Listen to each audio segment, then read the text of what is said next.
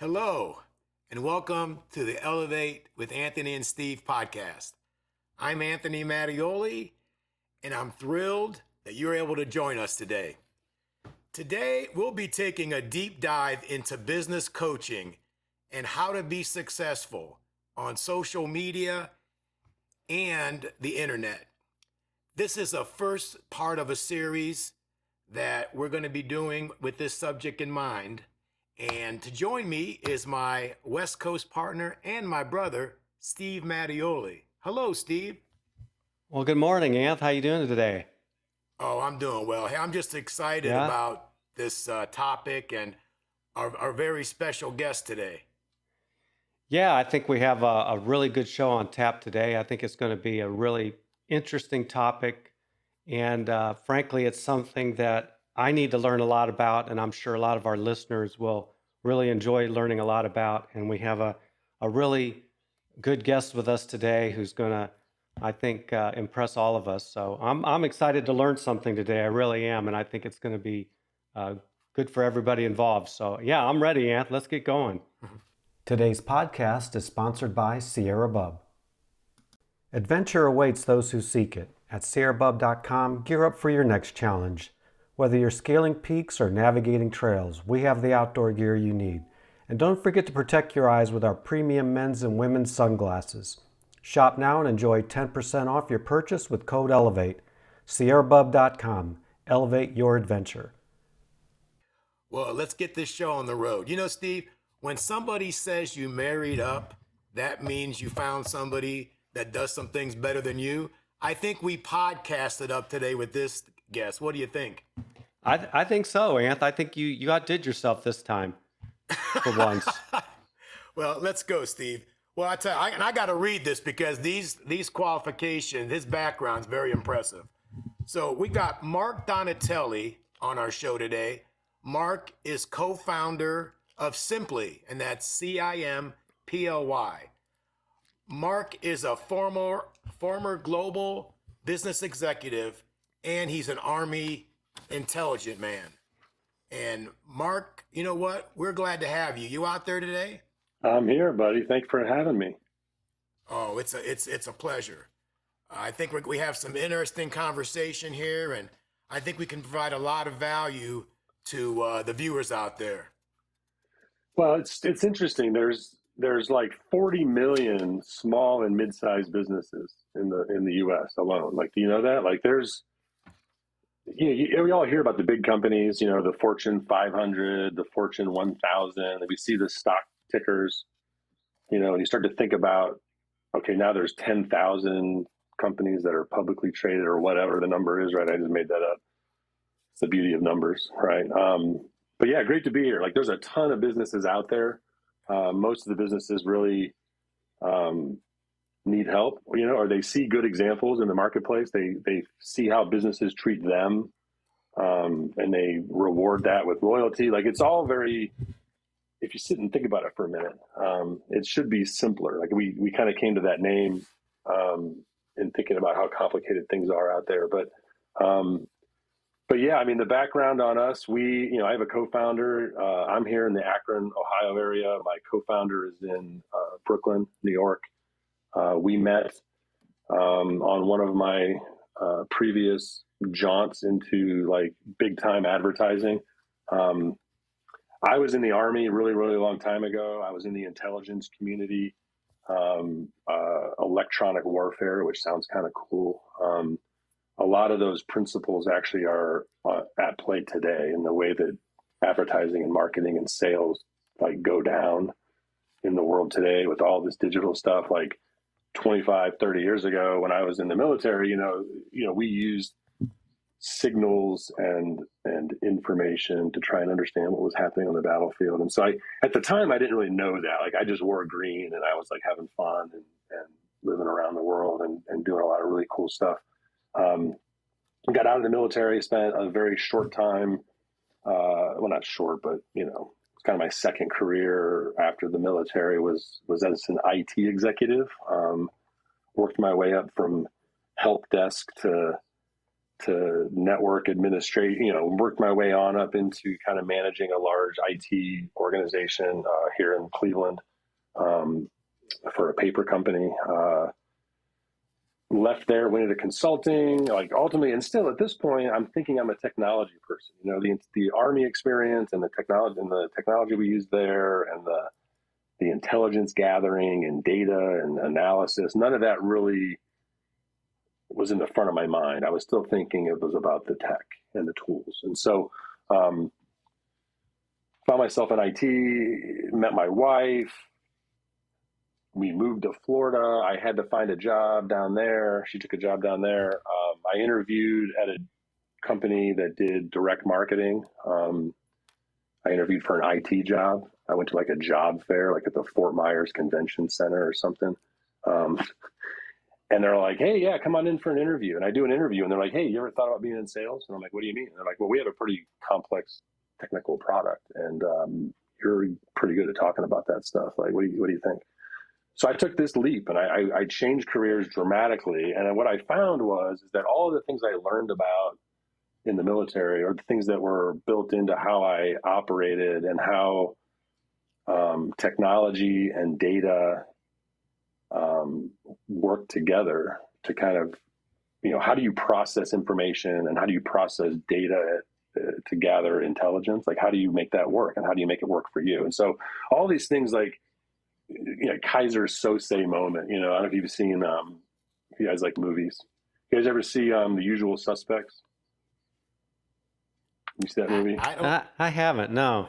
So Kevin Spacey is a guy in this movie. He's one of the characters in the movie. I won't give away too much, but I think everybody who's probably listening has probably seen this. It's back from the 90s, I think, which is forever ago for maybe some of the listeners. Ultimately at the end, like at the end of the movie, the whole movie becomes clear. Like this thing that you didn't know was happening, like all of a sudden the pieces fall into place. Like, so I had this serendipitous moment, like where I'm like, oh my gosh, I am not a technology person. I'm an advertising person. I'm a marketing person. Like I use information as a weapon, as a tool, as a some would say a crutch. David Ogilvy, one of the big agencies I worked for in New York, and I'm getting to the point, I honestly. After IT, I went into this marketing business, I killed it, had a really great time, bought my first Mercedes. Like it was a really good experience. I did really, really well. I was recruited into a much larger company and then a much larger, so ultimately I ended up in New York City working for several of the largest advertising companies in the world, global roles, mostly working in other countries and other markets, working with big, giant, like big companies that you've heard of, like just massive, massive companies that do great advertising and marketing, and they're very successful at selling their products and services. So again, I've worked with hundreds and hundreds of clients over 30 years. Sometimes it was a day assignment. I'd go in and have a conversation and help them solve like a very small little thing. Sometimes I was attached to an account for 6 months, 8 months, 12 months or more, diving in deep to that business, helping them figure things out. And so now I'm here with you guys. And so I really appreciate this opportunity. Simply, we started this company. We're just finishing our 3rd year in business. Coming out of COVID, my partner and I, we both had worked for a large advertising company in New York City. We both got put on the street when COVID happened. Like there was a lot of cutbacks in our industry when that happened. And so I went back to doing what I do, which is, helping people. And I had my own little business already on the side. And so it was not that big of a deal. My partner, who's much younger than me, he was going to get picked back up by somebody. Someone was going to pick him up once the market came back. And so I said, hey, let's start a company together. Like he's a super smart guy. He completes me in a way that like we're alike. Like we're very much alike in the important ways. And then we're different in even the more important ways. You know what I mean? Like, so we really complement each other well, both personally, technically, ethically. Like there's all kinds of ways that we complement each other. So we're a good partnership. Like I said, third year in business is coming to a close. We've got a good plan for next year. We're going to be launching a new agency focused on kind of the mid-sized business and down, to try and bring some of those enterprise expertise down. Consulting business is pretty healthy, but yeah, I mean, that's me, that's us, that's what we do. I mean, Anthony, we met through a common friend. We sure did. But Mr. Pacino. Yeah. Mr. Pacino. Mr. Pacino. Ooh, Mark, me and Steve run a small business, SierraBub.com, small plug, and we're learning how to navigate the social media, and it's a big learning experience. It's really complicated. When you start talking about sales and marketing and advertising, it really can be overwhelming for the small business, not only to get the product and get the product to market and get it up for sale, but how do you differentiate yourself and how do you market yourself is really something that a lot of small businesses struggle with. And again, I'm talking from experience. So tell us a little bit about the differences about sales, marketing, and advertising, and how you help businesses, big and small, maneuver that whole arena. Yeah, great question.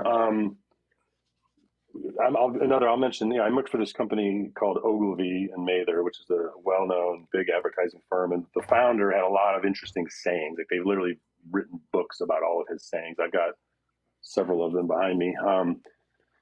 But one of the things that he used to say was that every word counts, and so words mean stuff. And I think that to certain people, words are much more meaningful than others. And so when I look at the words sales, marketing, and advertising, to me, those are three very distinct things. Like they're very, very different. And often entrepreneurs, business owners, people that are just, maybe you're a mid-sized business that you're running, the family business that you took over from your uncle or your father, sales, marketing, and advertising often get muddled together. Those things, they think about tactics. They think about the specific little tactics that, and again, those are where some of the differences are. And as you pull that together, there's some strategy that has to link them together. There's some process. There's situations where, depending on the stage of the business you are, the types of product and service you sell, you have to decide of those three levers, sales, marketing, and advertising, which of those levers are you going to pull? Do you have to pull all three? Yeah. Yeah. I always thought they were the same, and this is well, where right. it really gets it. Yeah, this is why this is good, because I'm the same way. I really didn't realize how distinct they were and why they're so important that you recognize they're separate. Right. And when to use each one. When do you use each one? Like as a small business starting out. Yeah. And it may be different for different businesses and different size businesses or different stages. Like, what stage are you in? What industry are you in? Like, are you business to business? Are you business to consumer? Are you selling a product or a service? What's the price point? Like, there's all these things will dictate how much you need of sales, marketing, and advertising. Sales is what it sounds like. This is generally what I would call hand-to-hand combat. Like, this is we know that, don't we? Yeah, you are in the trench. We've been in a lot of battles, Steve.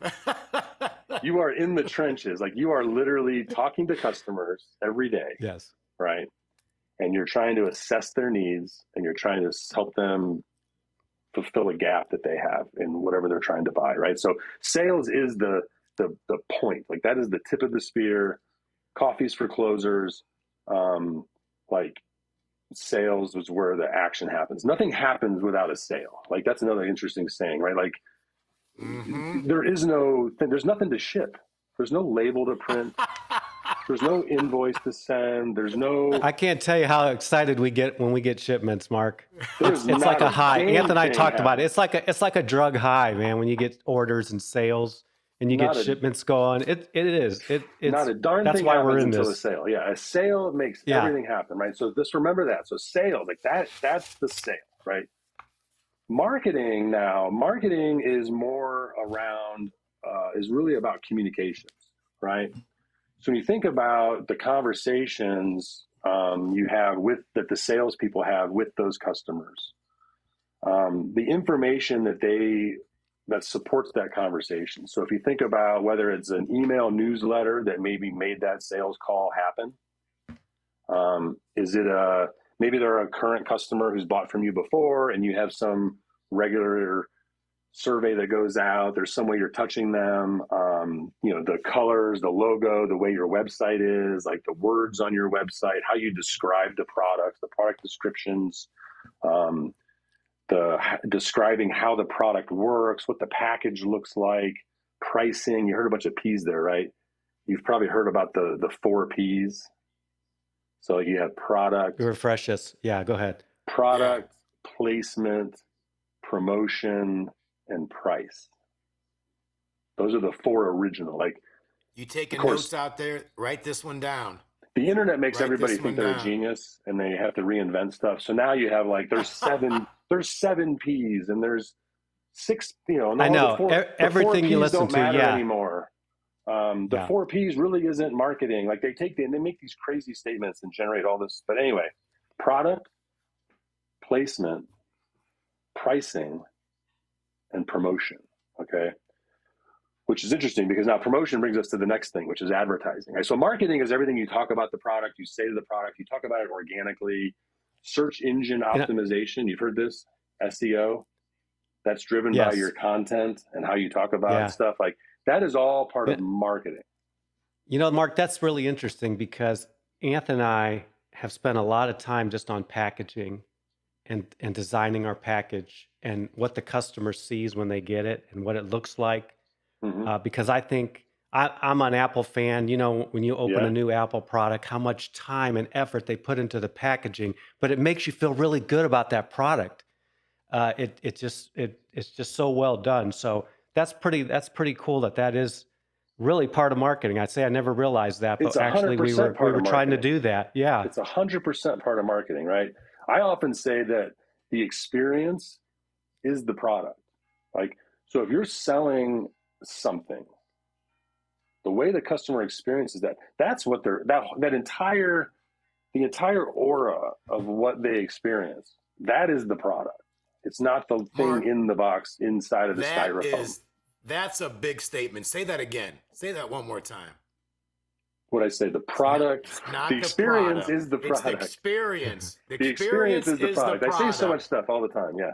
No, I love that. The product is the experience. Is the product. Wow. Mm-hmm. So like this idea that anyway, these 4 P's have been atomized. Like everything gets disintegrated over time, right? There's this bundling and unbundling. We're seeing it happen to cable, like cable's getting unbundled into these streaming things, and then it's all getting bundled back up. Like again, it's a recurring theme in business, but generally these 4 P's have gotten unbundled, and people, in practice, they end up in different places. Like product is generally not part of marketing anymore. It used to be. Like if you go to Colgate Palmolive, or you go to a CPG company, like a consumer packaged goods company, toothpaste, toilet paper, all that kind of stuff, they tend to be a little more in the 4P category, to where product and marketing, like it's all part of the same organization natively. As you've gotten away from CPG and you get into more sophisticated products, technology products, data products, cars, like you start to get into these other things, obviously these 4 Ps start to separate into their own departments and their own beings and whatnot. But promotion is really what we call in this context is the third thing I was mentioning, which is advertising. So sales, marketing, advertising now. Advertising is essentially promotion and placement, right? It's about spending money to put your brand in a particular place so that it can be seen by your audience, right? And so when you think about how these things happen, you're probably familiar with the concept of like a funnel, like a sales funnel. You've heard about this. Like there's people that at the very top of your funnel, there's people that are, you're using advertising to drive people to the top of the funnel, and they're learning about your business, awareness, like this idea they're getting aware of your brand and the products. As they move down that funnel, they get to the middle, and like marketing pulls them down, and marketing starts to inform them and educate them and build credibility and Using social proof, like if you're sending out emails to people, I've mentioned this to Anthony. Like I know we did he said a small plug. Hey, we've talked this before. You guys need to do a big plug. This show is the vehicle for your business, for your brand. Like you should be doing a big plug, right? So there's all kinds of ways marketing brings people further and further down that funnel to where if you're in a B2B business, or if you're depending on the product you're selling, now is when the sale happens at the bottom of the funnel, right?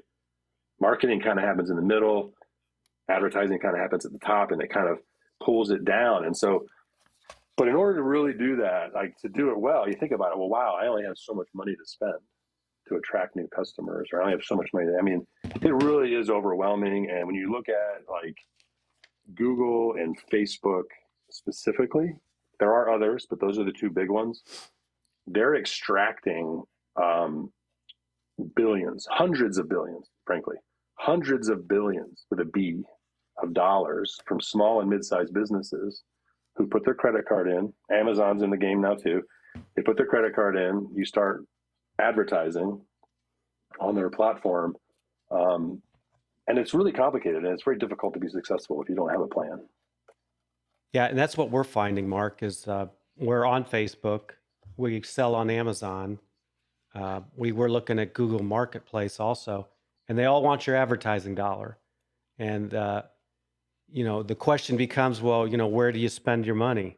Yeah. What gives you, and that's another term I was going to ask you about. Hopefully we get to it this time or last time, this term called return on advertised spending, or was it ROAS?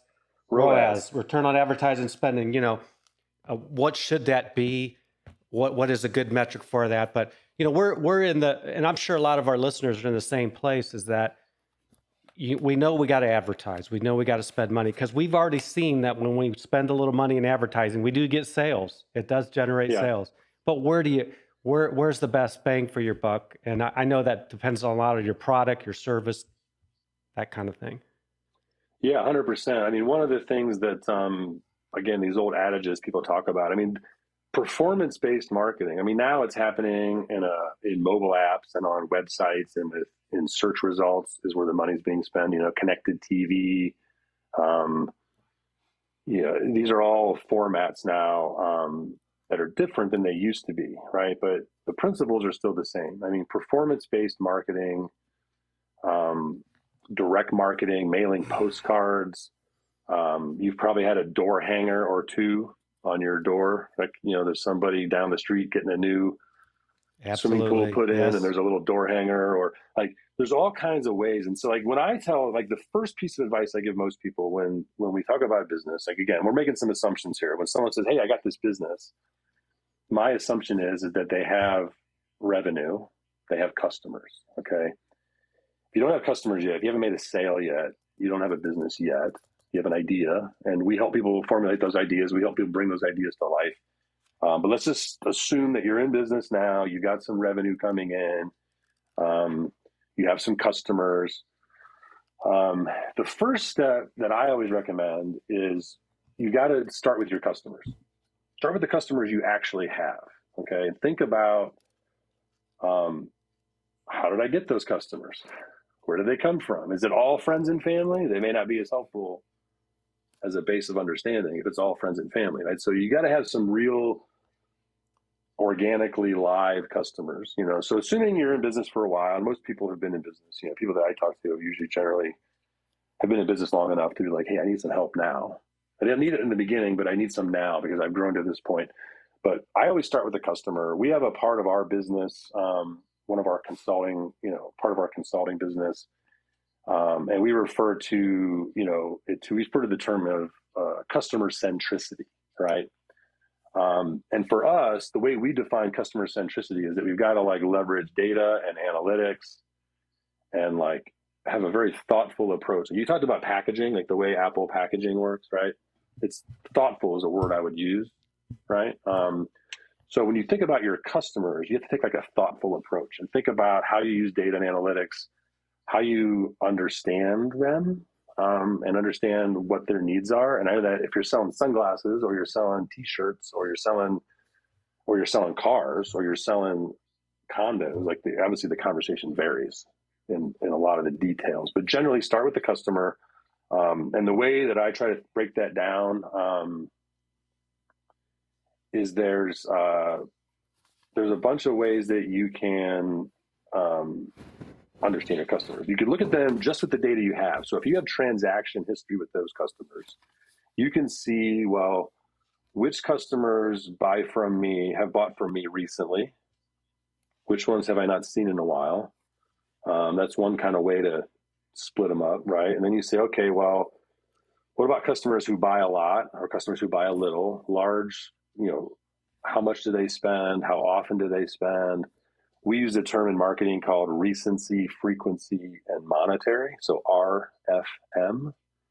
RFM is one way to look at the transaction data that your customers, if you're in a business that has like regular transactions or repeat type, if you're in that type of a business, recency, frequency, and monetary is a great way to analyze your customer data to understand which customers are your best customers versus those that maybe you don't want. Because I know when I worked in the paper business, we used to look at it.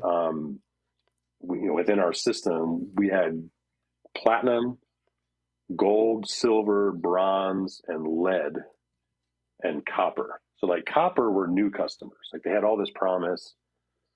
Platinum customers were the ones that were just consistently buying all the time, big numbers. Gold, like all this was tiered out. And then you get to like lead. And these are customers that essentially were not like customers we'd be better off without. Like sometimes you attract the wrong customer, right? So this starts to say, wow, we have a bunch of customers that are the wrong customers. So now when you think about, well, what makes the good customers good and what makes the bad customers bad? Like you see it in the transaction patterns or the spend patterns or the purchase patterns. If you're in the consumer business, if you have consumers who buy your products, there are ways that you can take, again, if you have a shipping address, you have a first name, a last name, and a shipping address, you can take that information. You can use public record data, third-party acquired data, and you can start to then understand that I am a male, I'm 52 years old, or I'm between 50 and 55.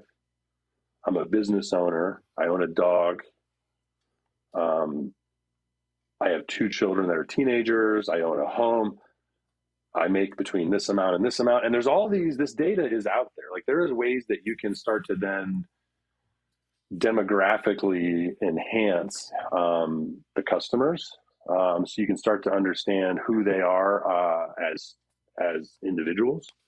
There's also ways now, if you have a digital footprint with a customer, right? So if you have a first party cookie that your website sets on that person's computer, or if they have an app that you download, they download your app and you have a mobile ad ID tied to that, or if you have a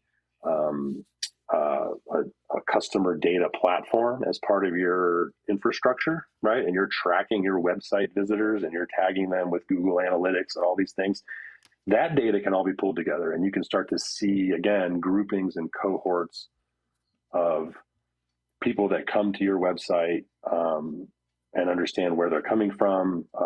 Some of that data can be matched against other data and say, well, what are these people's interests? What other cookies, like third-party cookies, people talk about all that recently. You heard a lot of news. They're going to be gone eventually, but like they're kind of here for now. But like there's a lot of third-party cookie stuff where if you work with you can understand all types of stuff about your website visitors, the people that buy from you. Like there's a lot of analytics and insights that can be generated looking at your customer data. There's 2 customers that you've already sold to. Yeah, it reminds me of a friend we know that years ago, he's been in business over 30 years. And Anthony, you know who it is. He sells shoes. Yeah. Mm-hmm. And he started asking customers for their name and address when they bought their pair of shoes. Mm-hmm. And then he eventually put those in a database. Mm-hmm. And then he eventually started tracking what they were buying. And then when he had a sale, he would say, well, I have 50 customers that bought this shoe 2-3 years ago. I'm going to send a notice out to these customers. And you wouldn't believe how successful that was. I mean, something that simple, right? Just think about sizes. So there's a book I actually have on my notes here for this show. I'll give you some links for the show notes, but there's a book, this one here, called Hug Your Customers. Okay. Hug Your Customers is a guy, this guy, Jack Mitchell. It was a department store, Mitchell's, Richards, and Marsh's. You probably heard of Marsh's department stores. But it's a similar story in here where he started like in a hand journal, was writing down everything about his customers from the day one. And then he knew that they had allergies to like camel jacket, like mohair sweaters, like they had all these interesting things. But like to your point, oh, I have all of these overstock of size 7 shoes. Who in my database wears a size 7? Like, duh. That just makes complete sense, right? So these are like, Absolutely. there's so many little ways that you can think about your customer, think about, like, you can describe them demographically, right? There's all those socioeconomic and demographic markers you can try to understand. There's their personal preferences. Like, to me, things like sizing, allergies, like, oh, I only like I hope that Giant Eagle, grocery store in this area, I would assume that Giant Eagle has me in some sort of an organic customer segment. Like, they have to. Like, just based on the number of organic products we buy, even when there's a sale on a non-organic, there's all these analyses that I hope they're doing, they should be doing. Like, I will say that the coupons that they mail to me are pretty good. Like, they're pretty close to being in my, most of them are relevant. They're not really trying to stretch me into things I wouldn't buy. Like, and those are the things that you can do. Like, when you think about just understanding the household makeup of your customer, what life stage they're in, like, that's a huge thing too. I have kids that are teenagers. Other people are empty nesters. Some people are just getting started. They're young professionals. Like, different life stages have different needs and different constraints and different interests. And so, definitely, if you're obviously shipping product, you have a mailing address and a name for most of these things. You have a billing address for a credit card in some cases, or at least a zip code. There's a bunch of ways that within Facebook or within Google or within other places, like, you can use geography and you can use some broad-based demographic to narrow your focus, which allows your budget to be more effective. So you talk about spending money on media or spending on something. $5,000 shaped like this is not nearly as effective as $5,000 shaped like this, right? You know what I'm saying? Like, think about, like, you ever power washed? You ever like cut a hole in a wood fence with a power washer? You know what I mean? Like, this idea that you have a that sounds fan. interesting. So if you have a power washer, right, and you're power washing like your concrete, and you have this fan, like the water comes out in a fan, there's a different kind of attachment that's super concentrated, right? Yeah, I got you now. Put a hole right through plywood with one of those things, right? So you focus it. Yeah, you can it focuses that energy. Yeah, focus your money and your efforts on your best customers, right? There's the old adage, the cheaper to keep her, the Harvard business, hey, it's 3 times as expensive to get one or than it is to keep one. Like, all these stories we hear, these legends. There's probably some truth to that. Like, keeping the right customers, firing the right customers, getting rid of the ones that are a drag. Right. One of the terms that gets thrown around with customers is like this ICP, your ideal customer profile. Some of that is directional, like, we work with law firms that have more than 100 partners. Like, that's an ICP. Like, that's my target for my business. Below that, now you've got to think about the problem you're solving for that law firm. You've got to think about, okay, well, there's decision makers, there's like financial decision makers, there's like influencers, there's the end users. Like, there's a bunch of people in different roles inside of that business that are going to affect your decision or the decision about your service or product. I'm talking about B2B now. I know I'm all over the place. But in any event, like, this idea that you have to think about your customer a lot, like, that should be, yes. Clearly the product should emanate from the customer too. Like, ideally, you're going to see a problem. When I was a product manager at a company called Axiom, one of the things I learned about product management was that, we were looking for ubiquitous market problems. Like, find me a problem that everybody has, that we can build $100 million business against. Like, that was the criteria. It had to be ubiquitous, and it had to be worth $100 million when it was scaled, in terms of like opportunity, you know? And so I did a lot of like really interesting experiments and trying to build businesses, trying to build new businesses out of old stuff, you know? And so that's how we're taking our consulting business, and we're like, you know, we're doing the Taco Bell menu thing, right? We're going to take the beef and the beans and the cheese, and we're going to wrap them this way instead of that way, and put a squirt of something on it. And it's going to be an agency. Like, we're going to actually just do it in a different package, you know, like we're still just going to help people grow their businesses. The agency is going to be focused predominantly on advertising, you know, on media execution, trafficking, and things like that. But yeah, Hug Your Customers, great book. I'll send you the link to that for the show notes, the Amazon link as well. There's also a link I'll include. Go ahead. Go ahead. I'm sorry. No, go ahead. Like I didn't mean to interrupt you, Mark.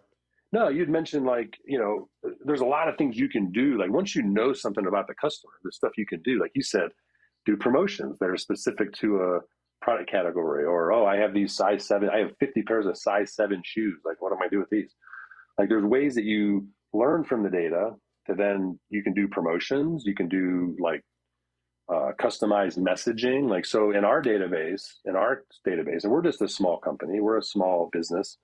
We have a database of customers and prospect. You guys are in there. You know, we have like a whole database of people, and we have them kind of categorized. And so, like, certain members of the database get a certain message at a certain time. Other people get a different message. Like, there's templates. So now you're talking about, well, how do I vary my communications to these customers? This is marketing, like marketing automation. Like, so we could do a whole episode on marketing automation, right? Well, Mark, that's going to be another. We have the good news is this is just the first part of a series that we're going to be doing with Mark and his company, Simply, and we're giving you a couple tidbits of what's coming down the pipe.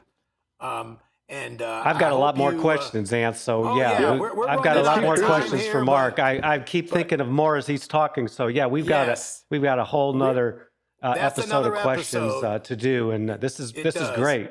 This has been great, Mark. You know, I think you provided so much information, and for small businesses like ourselves and many other businesses out there, a lot of us struggle, and if you're not, at some point you will. Yeah. And to have this expert advice to tune into and to fall back on, take advantage of it, because it can only help you. Mark, any parting words, or do you want to let people know how to get a hold of you? I know we're going to have a link later in the podcast, but is there anything you want to say before you leave us? No, I mean, clearly, you can find me. You can find me on LinkedIn. Mm-hmm. Donatelli is phonetic.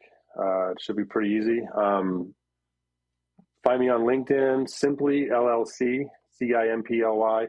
We'll have some links in the show notes. I'll have a couple books in here. There's a couple book links that are interesting. You know, there's actually an article on our website that I wrote back in June, and I'll include that link as well. That kind of supports this start with the customer mantra. Like, so there's an article I wrote a little while ago. I'll include that as well. But yeah, essentially, I think we can have a number of good conversations. I'd encourage you, you know, if you guys are fans of the show, send in your emails to Anthony or Steve and have questions for other episodes. Do you have any other questions you want to record now, Steve? Did you like something come to mind for real? Like you want to talk about, or you guys want to? Well, I tell you what I'd like to talk about on the next episode, because this goes into all the stuff you've been talking about, and that is, you know, when you identify a particular customer, like for example,